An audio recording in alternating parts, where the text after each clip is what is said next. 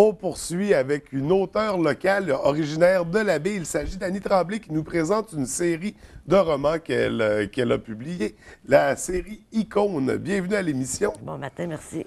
Écoutez, on va commencer d'abord, on va faire peut-être une petite présentation de votre carrière d'auteur, à savoir comment ça a commencé votre aventure littéraire. Là. Avant même Icône, à quel moment vous avez eu la piqûre de la littérature?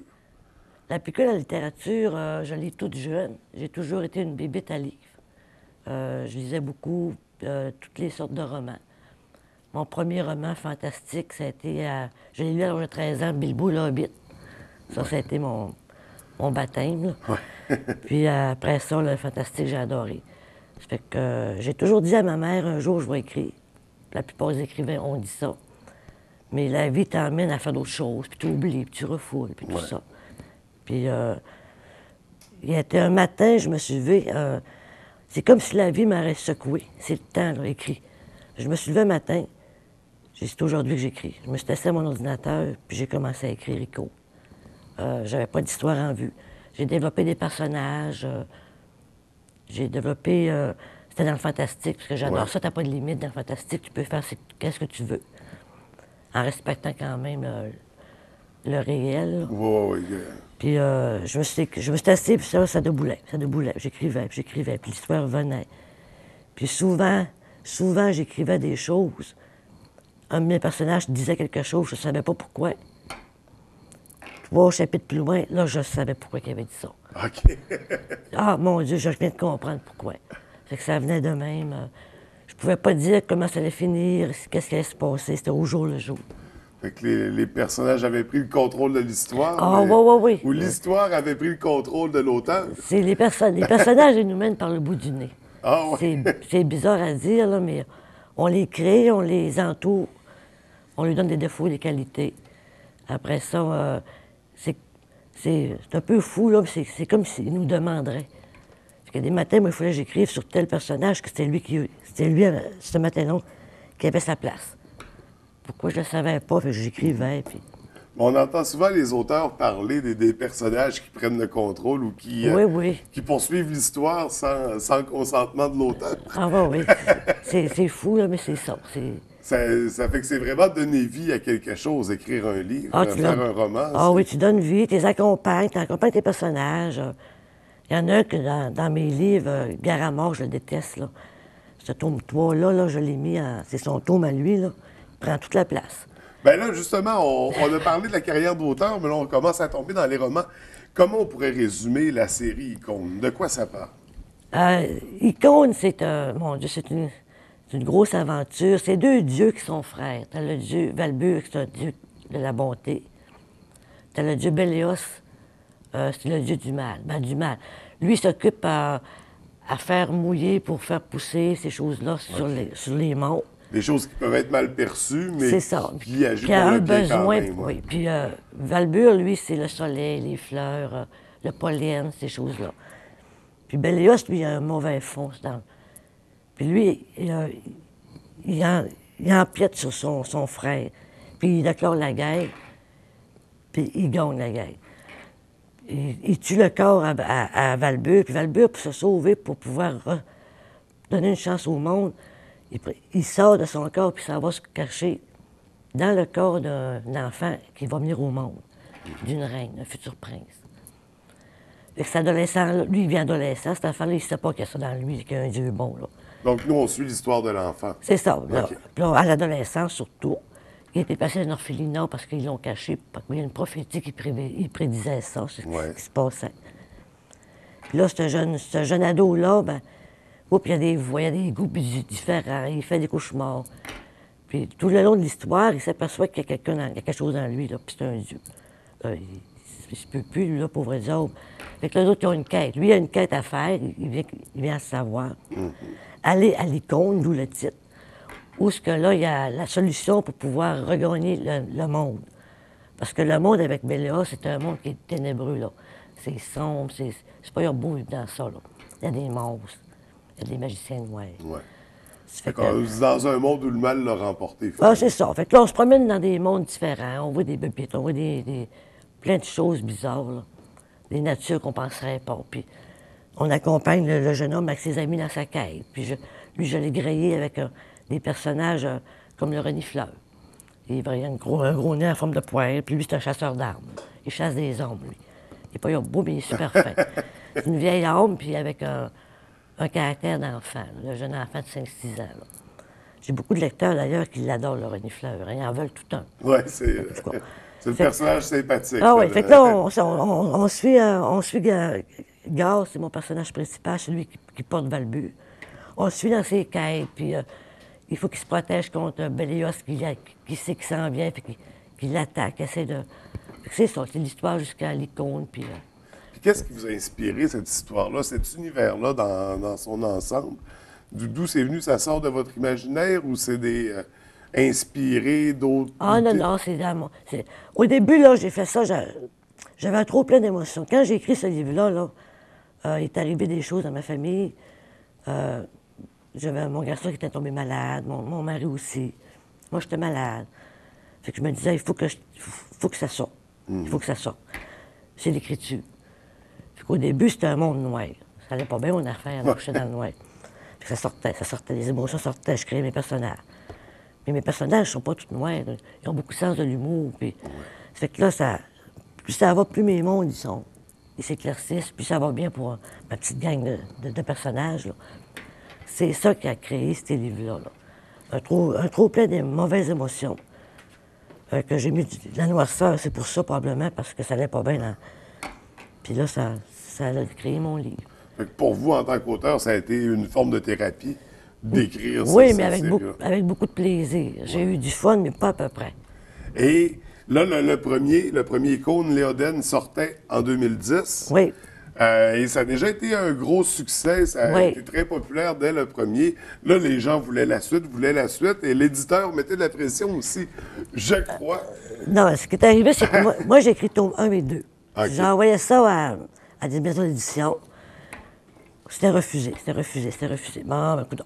Mais il faut être persévérant, ça, c'est toujours... Puis moi, j'ai un caractère que je lâche pas, j'étais un pitbull, là. Fait que là, après 12-13 refus, je reçois un appel d'une maison d'édition. C'est un éditeur qui m'appelle. Elle dit, j'étais contente, elle me dit, elle dit, je peux pas le prendre. Moi, je dis, mon Dieu, elle m'appelle me dire, elle peut pas le prendre. T'sais. Mais elle dit, là, elle dit, vous allez me promettre quelque chose. J'ai dit, quoi? Elle dit, vous allez le réimprimer, l'envoyer à d'autres éditeurs en raccrochant, parce qu'elle dit, il va être publié, votre livre. Elle dit, j'adore votre main d'écriture. Elle dit, promettez-moi ça. J'ai dit oui. Fait que là, j'étais découragée. Fait que j'ai réimprimé, j'ai renvoyé à 2 maisons d'édition. 2 semaines après, Michel Quintin m'appelait. Là, il y avait le tome 1 et 2. Il me dit, là, Mme Tremblay, vous ne pouvez pas nous laisser de même avec 2 tomes. Là. Ça nous en prend plus. Là. Et ça me prend un autre tome au moins. Là. Ben, je dis, c'est correct. Là, fait que là, je vais vous en faire un. Mais là, je raccroche, je dis, mon Dieu, quand j'ai fini lui, j'avais un point final, là, j'avais pas d'autre. Mais que là, j'ai dit, OK. Fait que là, j'ai pris une couple de jours, j'ai pensé à mon affaire. Là, j'ai tombé dans la guerre à mort. Là, je me suis payé à la traite. Puis après guerre à mort, ben, ça a été le tome 4. Qui est le tome final. Oui. Là, il n'y a plus de suite rendu là. C'est la fin de la série. Oui, c'est la fin de la série. Moi, j'ai embarqué dans d'autres choses. Il faut embarquer dans d'autres choses. Je suis pas pour ça non plus qu'il y ait des séries. J'en ai lu des séries 6-7 tomes, puis je me suis tanné. Ouais. Je me suis mis à les mettre de côté. Là. Fait que il faut arrêter avant que le lecteur arrête. Il faut faire le deuil. On n'a pas le choix. Là. Et là, c'est ça. Donc, une série qui est quand même est écrite sur une courte période. Oui.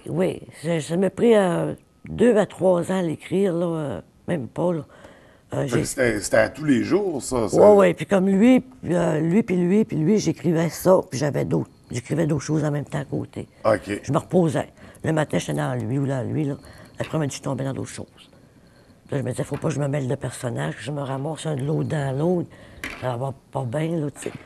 Et justement, ces autres choses-là sont d'autres projets de romans, d'autres projets littéraires? Oui. Là, j'ai commencé une série pour initier les jeunes 8, 9, 10 ans pour le fantastique. OK.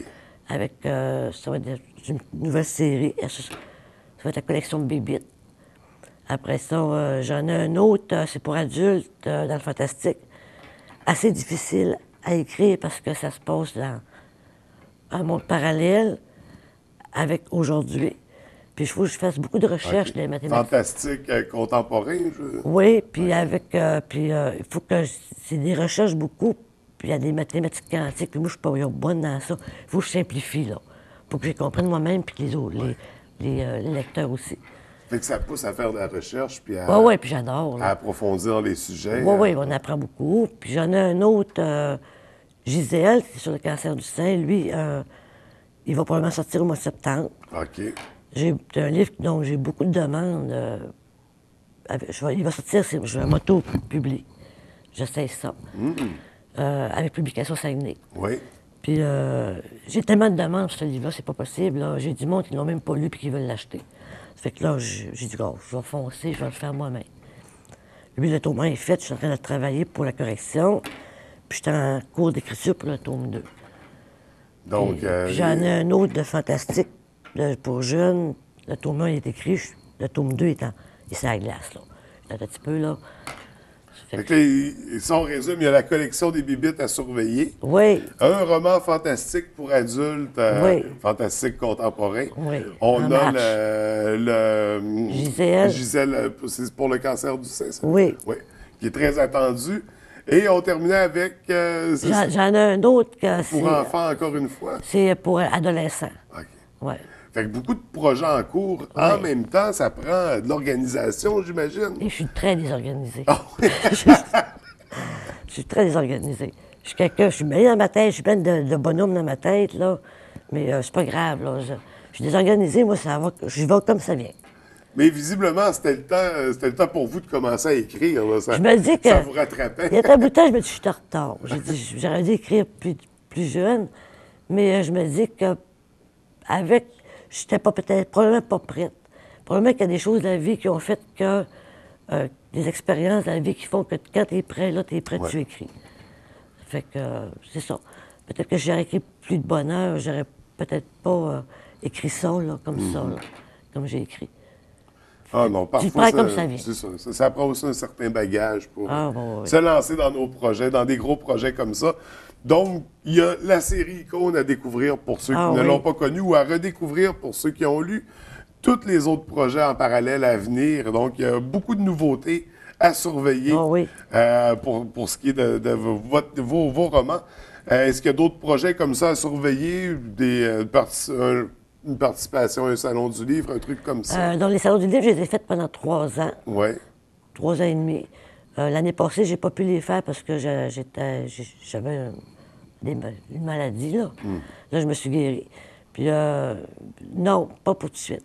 Gisèle, probablement qu'au mois de septembre, à ça. Jonquière, là. Ça donne pas mal la sortie du livre en même temps Ben, que la prochaine édition. c'est moi qui le veux. Là. Si ça va OK. bien, là, j'ai choisi... Donc, ça pourrait être éventuellement une belle occasion pour vos lecteurs de vous rencontrer. Ben oui, ils attendent après pour de ça, c'est pas à peu près, là. Ça sera à surveiller. D'ailleurs, nous, ça pourrait être une belle occasion pour se revoir Ben oui. aussi, présenter Gisèle, présenter le Gisèle. nouveau livre. Donc, écoutez, Mme Tremblay, ce fut un plaisir de vous Ben, moi, recevoir à pareillement. l'émission. On invite vraiment les gens à découvrir votre littérature. Ils vont adorer. C'est le fun d'encourager quelqu'un d'ici qui a osé se lancer dans ce milieu-là. Ah oui. Parce qu'il faut le dire, il faut oser. Hein, ça prend beaucoup de courage pour... Non, c'est pas du courage. Moi, au début, c'était pas pour éditer, c'était pour le plaisir. Puis après ça, j'ai dit, oh, t'as rien à perdre, tu envoies ça à un éditeur, puis t'as rien à perdre, là. Puis heureusement que vous l'avez fait. Ah, ça, oui. ça nous a amené ça aujourd'hui. Puis plein d'autres trucs à surveiller. Merci beaucoup. Je vous remercie. Je vous souhaite beaucoup de succès et au plaisir de vous revoir. Pareillement, merci.